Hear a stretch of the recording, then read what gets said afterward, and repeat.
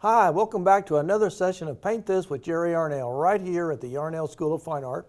And as always, you got to have a time to start a new painting. We're done some other ones, and I always make these promises that we're going to try to do something fresh and new. And yes, we are still working on our 50-state tour, trying to get all of the a painting from all 50 states. Now, I don't have the tally yet, but it's well over halfway there now. One of these next few shows, I'll bring in a little tally board, and we'll find out which states are missing. And those of you that have been sending in photographs, and a lot of you have, we really appreciate that. Maybe some of you can send us some things from your state, and we can perhaps put them in some of these programs. That helps me a lot too, because I don't know everything that's going on in all these different states and what you're known for. But it's a lot of fun to kind of get some information from you guys. But today, instead of working on that, we're going to go back to some basic stuff. Now, because of the growth of art in the world and the way it's influenced our culture, and it's just become such a major influence, and especially now with all of us that are baby boomers, it's becoming a great hobby. It's a wonderful therapy. I have doctors and people sending students to me all the time because it helps them, with their, calming them down and so forth. And it's always good to get back to the basics from time to time. So some of you are kind of new watching the show. Some of you have been watching for 30 years. And you're saying, I want new stuff. I want more advanced stuff. We're doing a little bit of everything. We can't please everybody, but with this many students watching from all around the world, it's fun to try different things. So what we're going to do today is go back to our roots. There's an old saying in the art world, eventually you're going to go back to what you love the most. You're going to be happier and paint better what you know and maybe grew up with. And in my case, I grew up in the Midwest, and I got used to going out and studying and researching things like old barns and buildings and windmills and all those kind of things. Yeah, I branched off into other things like mountains and waterfalls and all those other things I like and wildlife. But we always go back to our roots when we really want to paint something that we love. And that's what I'm going to do now. I'm going to go back to the Midwest when I was younger, learning how to be an artist. And one of my favorite things to paint was old windmills. So we're going to paint an old windmill. We haven't done one, and I think maybe I did one on the program many years ago, but I haven't done anything recently. So I'm going to show you some photos. And by the way, we're going to do this differently. We're also going to learn how to use a little bit of your photographic memory to do this. Once you've learned some of the basic concepts of painting, composition, design, perspective, values, and all those things, literally, if you practice it enough, you can learn how to memorize things you've seen and paint them from scratch without even a photograph. You may use a photograph to get an idea from. So what we're going to do today is going to be kind of fun. I'm going to show you my reference material, that what I'm using. I'm not even going to look at it throughout the rest of the program or in the programs to come, except for one thing, and I'll show that to you here in just a minute. But let me show you what I'm going to work with. Here's one of the photographs I took many years ago of an old wooden windmill. Now today, windmills are not made out of wood. They usually use the metal because it's cheaper, lightweight, and easier to put together. And but these are the old wood ones. Isn't that cool looking? And now you don't see many of these anymore. Now they still use windmills on all the big ranches and stuff throughout the Midwest because you can't get water in some distant areas. But see, here's another top of an old wooden one.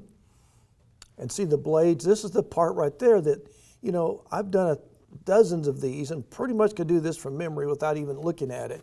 So if I got stuck, at least you could refer to it for that. Here's one that's also, these are in better shape than some. I just want you to see a few of these. There's a silhouette of one. Now that's a metal one. And they always have the stairs going up to it or some steps or a ladder. Here's a metal one with the old tank. I'm going to explain to you what I'm going to do here in a minute. I thought you might enjoy it. And here's one I really love. And by the way, some of these, this one I think came out of a calendar, so I'm not copying anything, I'm just showing you things. But see, that's a different height, it's a little shorter. It's got a different type top on it. Here's the tank over here. It's a square tank instead of a round tank. It's in the prairie. This looks like it's kind of up maybe in Colorado someplace. And then there's this one. Hello, see, this is an old one out in the middle. You can look at the big old, what do you call those? Anyway, bales of straw and hay and stuff that you see out in the tumbleweeds. And by the way, there's an interesting saying here. This came off the calendar. It says, "Beware of the bareness of a busy life" by Socrates. When I saw that, I got to thinking, that really applies to all of us. We need to slow down, stop and smell the roses and enjoy. And that's what I think art can do to you. Even if you don't think you're going to be any good at it, try it, folks. You'll love it. Painting is a great thing to do. So here's what I'm going to do. We're going to start off. I'm just going to start from scratch. I don't even have a sketch to work from. I had made some little sketches, so I'm not going to follow it.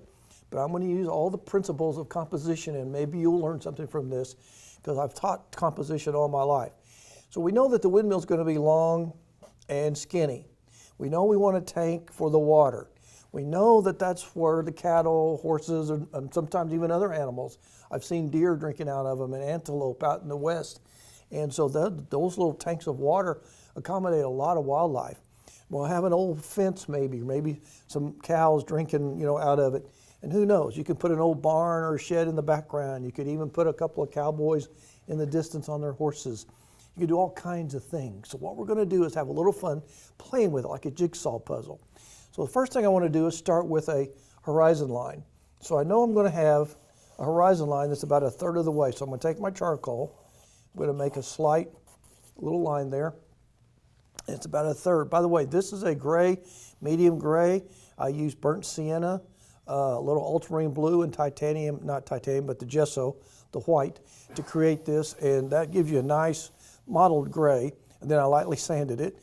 So I got a sort of not real smooth, but just knocked off all the rough spots.